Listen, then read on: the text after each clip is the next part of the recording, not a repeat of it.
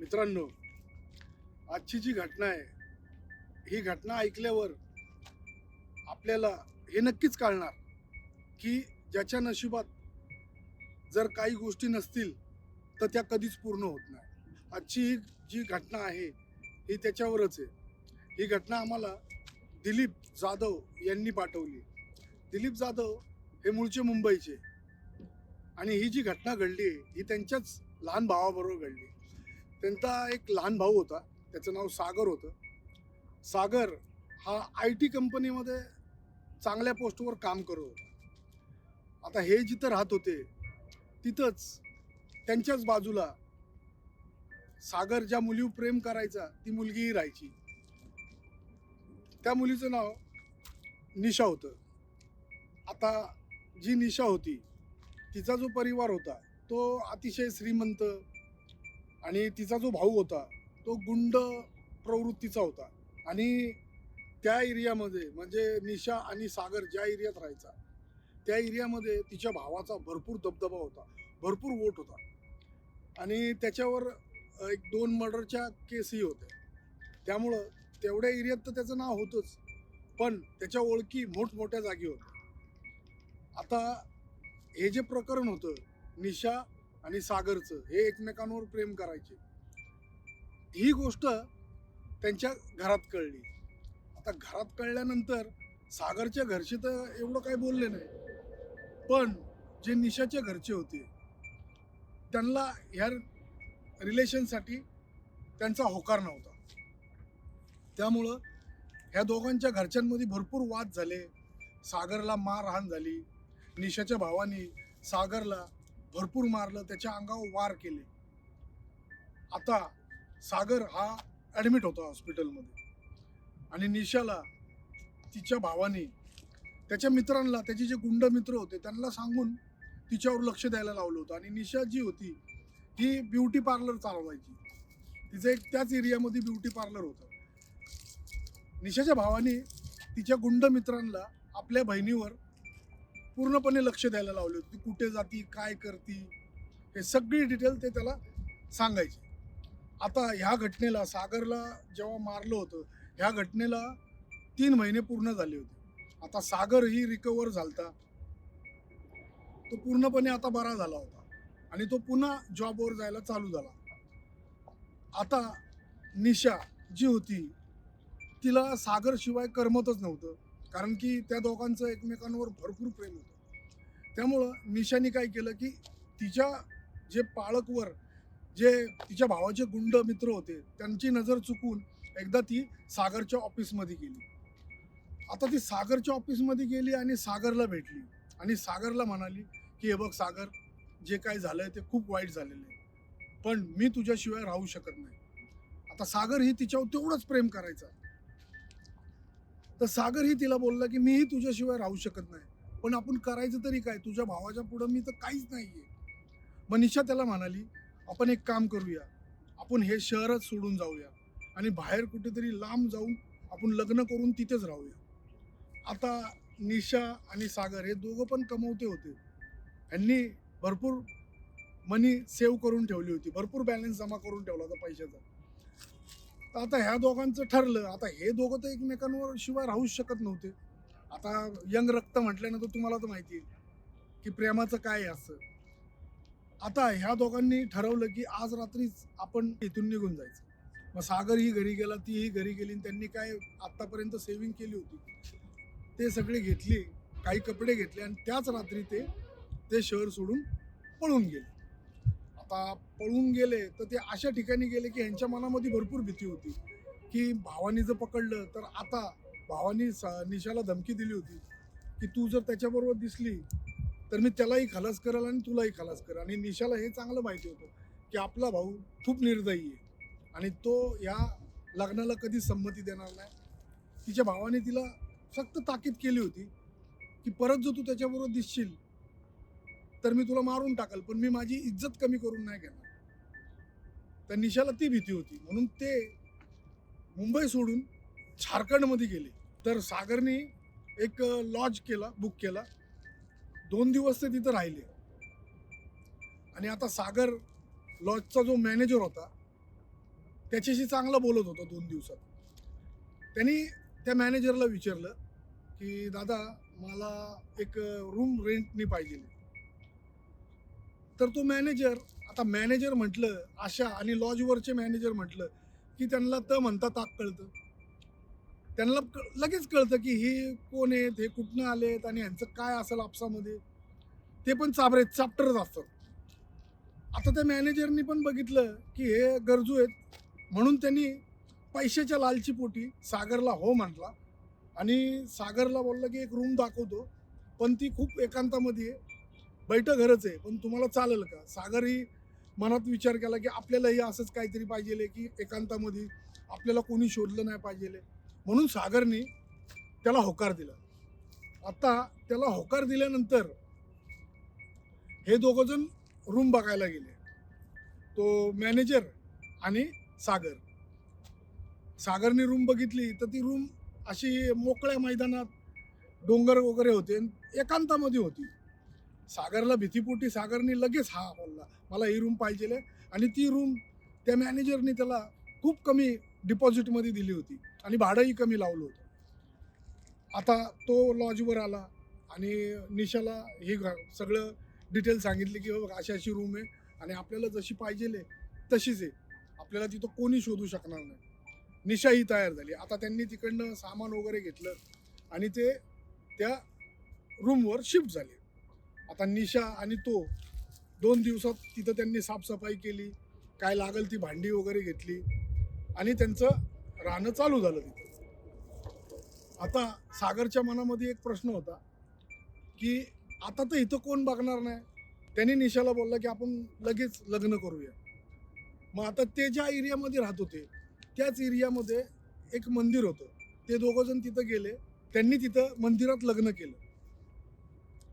आता निशा आणि सागर भरपूर खुश होते. ज्या दिवशी त्यांचं लग्न झालं, त्या दिवशी ते खूप आनंदात होते आणि ते आता राहू लागले तिथं. निशा सागरला म्हणाली, की "सागर बघ ना, आपलं स्वप्न पूर्ण झालं. आता आपल्याला कसलंच टेन्शन नाही. आता आपल्याला कोणी शोधू शकत नाही आणि आपलं लग्नही झालं. आपल्या नशिबातच होतं. आपण दोघं जण एकसाथ राहणार ते." पण त्या बिचारीला हे माहीत नव्हतं, की तिच्या भावाचा जी भीती होती, ती तर गेली, पण इथं राहायला आली आहे ती, तिथली भीती तर खूप वेगळी होती. आता एक दिवस सागर असाच रात्री 9-9:30ला कामावरून आला आणि सागर आणि निशा जेवले आणि हे दोघं जण बेडवर झोपले होते. आता सागर झोपेमध्येच रात्रीची काहीतरी 1:30-2ची वेळ होती. सागर झोपेमध्ये होता आणि त्याच्या कानावर कोणतरी गप्पा मारण्याचं विचित्र आवाजामध्ये ऐकू येत होतं. त्यामुळं सागरने डोळे उघडले. सागरने डोळे उघडून पाहिलं, तर बघतोय तर काय, निशा त्याच्या बाजूलाच बसली आहे आणि ती एकटीच कुणासंगती तरी बडबड करते. ते बघून सागर खूप घाबरला. पण त्याची हिंमत नाही झाली, की तिला विचारायचं काय कुणाशी बोलतीये. तेव्हा तसाच पडून राहिला आणि ती ती काय करतीये हे बघत होता. आता निशा तिथनं उठली आणि बाहेरच्या रूममध्ये गेली आणि तिथं एका सोफ्यावर बसून असं टाळी काय देतीये, हसतीये काय आणि ते बघून सागरला वाटत होतं कोणतरी तिच्या गळ्यात पडतंय. तीही तसंच करत होती. आता हे बघून सागर खूप घाबरला होता. आता सागरने तसंच पडून राहायचं ठरवलं. सागर आता शांत गप्प बघत बसला होता. आता सकाळची वेळ झाली. सागर निशाला काहीच नाही बोलला. सागर निशाला एवढंच बोलला, की "मी आज जॉबला जात नाहीये. मला थोडं काम आहे." निशाही म्हणाली, "ठीक आहे."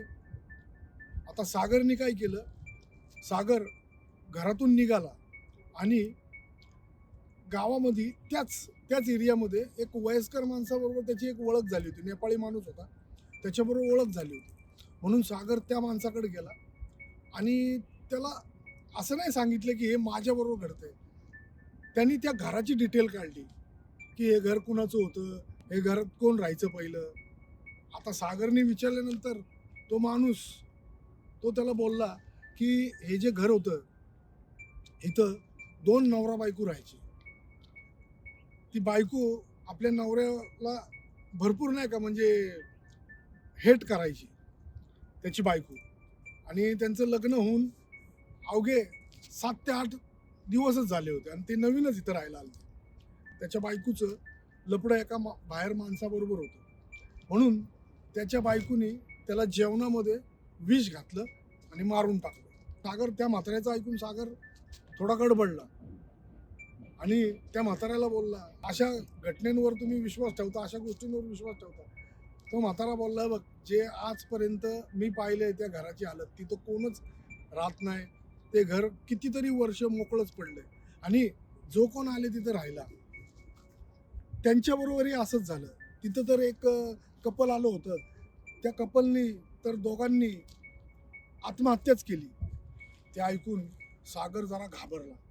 पण त्याच्या मनामध्ये एक होतं, आता जर आपण हे घर सोडलं तर जाणार कुठं आणि निशाचा भाऊ तर आपल्याला शोधतो, ही एक भीती.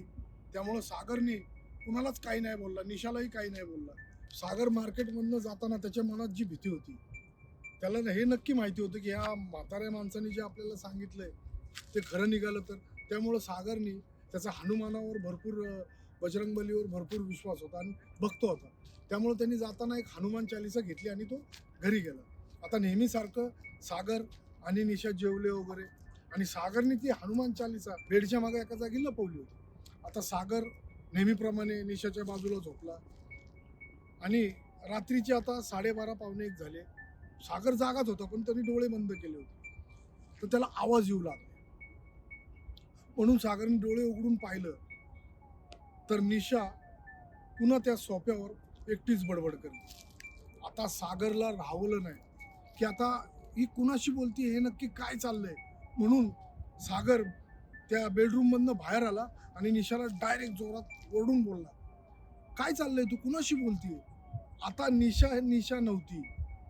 आता निशा वेगळीच होती. निशाचा चेहरा वेगळा झाला होता. तिचे केस विंचकळले होते, तिचे डोळे लाल लाल झाले होते. सागरने तिच्याकडे पाहिलं तर सागर खूप घाबरला होता. आता निशा त्याला घोगऱ्या आवाजात म्हणजे विचित्र आवाजामध्ये म्हणली, तू मध्ये येऊ नको नाहीतर तुलाही संपवून टाकल. ते ऐकून सागर खूप घाबरला. आता सागर भीतीपोटी ओरडून म्हणाला, तू कोण आहेस, आमच्या मागं का लागलाय. आता सागरला त्या निशाच्या बाजूला एक काळी आकृती दिसायला लागली. पण सागरला हे कळत नव्हतं ती पुरुषाची आहे का स्त्रीची आहे. सागर ते बघून घाबरला आणि बेडरूम मध्ये पळायला लागला. आता सागरनी हे पाहिलं की ती आकृती त्याच्या डोळ्यासमोर, ती सावली निशाच्या मध्ये एंटर झाली. ते बघून सागर खूप घाबरला. त्या छोट्याशा बेडरूम मध्ये इकडं तिकडं पळत होता. तिथंच एक कात्री पडली होती. निशाने ती कात्री उचलली आणि सागरच्या छातीमध्ये खुपसली. तरीही सागर तिला निशाला लांब करण्याचा प्रयत्न करत होता. आता निशा त्याच्या छातीमध्ये कात्री अजून एकदा घुसवणार तेवढ्या सागरने तिला धक्का दिला आणि त्याच्या लक्षात आलं की आपण बेडच्या मागं हनुमान चालीसा ठेवली. म्हणून तो तिथं गेला आणि हनुमान चालीसा घ्यायचा प्रयत्न केला. पण निशाने त्याला पाठवून धरलं होतं आणि निशा एकच बोलत होती, अरे तुझ्या बायकोला तर मी 2 दिवसापूर्वीच संपवलंय, मी तुलाही संपवणार आहे. आणि आज तू गेला आणि तो आत्मा त्या निशामध्ये जाऊन हेही बोलत होता, जर मला सुख नाही भेटलं तर इथं जो राहील त्यांना मी कधीच सुखी राहून देणार नाही, हे बोलत होता. निशा त्याच्या छातीमध्ये पोटामध्ये वार करते पण सागर आता तिथंच बेशुद्ध झाला आणि निशा ही लांब सरकली. आता निशा तिथंच पडून होती. आता हे ओरडाआरडा झाला. सागरच्या ओरडण्याने आजूबाजूचे लोक आले आणि सागरला हॉस्पिटलमध्ये नेलं. पण सागरला जेव्हा शुद्ध आली त्यावेळेस सागरला समजलं की निशा 2 दिवसापूर्वीच मेलेली. ते जे त्याच्याबरोबर होती ते फक्त निशाचं शरीर होतं. मित्रांनो, ही घटना जेव्हा सागरला आठवली तेव्हा सागर एवढा घाबरला होता की त्या हादऱ्याने त्याचा मृत्यू 3 दिवसात झाला. तर मित्रांनो, ही जी घटना आम्हाला पाठवली ही दिलीप जाधव यांनी पाठवली. ही घटना त्यांच्या लहान भावाबरोबर घडली होती. असं म्हणतात, ते दिलीप जाधव आम्हाला सांगतात की आजही ते घर ते खंडर झालंय पण त्या एरियामध्ये कोणीच जात नाही. आता ही स्टोरी ऐकून आपल्याला एवढं तर कळतं की नशिबात असेल तर आपण काही करू शकतो. जर नशिबात नसेल तर आपण किती जरी प्रयत्न केला तरी नाही होत. तर मित्रांनो, ही स्टोरी ऐकल्यानंतर आपल्याला एक गोष्ट नक्की कळते, जर आपल्या नशिबात आहे ते आपल्याला मिळणारच, आणि जर आपल्या नशिबात नाही तर कितीही प्रयत्न केला तरी नाही मिळणार. मित्रांनो, अशा सत्य घटना, सत्य गोष्टी ऐकण्यासाठी तुम्ही आमच्या चॅनलला नक्कीच लाईक, शेअर, कमेंट आणि हो, सबस्क्राईब करा. असेच सत्य घटना, सत्य अनुभव, भुताटकी जे तुमच्याबरोबर घडले असतील तर तुम्ही आम्हालाही पाठवू शकता. डिस्क्रिप्शन बॉक्समध्ये माझी इंस्टाग्रामची लिंक आहे, त्याच्यावर तुम्ही तुमच्याबरोबर घडलेल्या सत्य घटना, सत्य अनुभव पाठवा, आम्ही नक्कीच पब्लिश करू. तर अशाच सत्य घटना ऐकण्यासाठी नक्कीच बघत राहा हंटेड सत्य.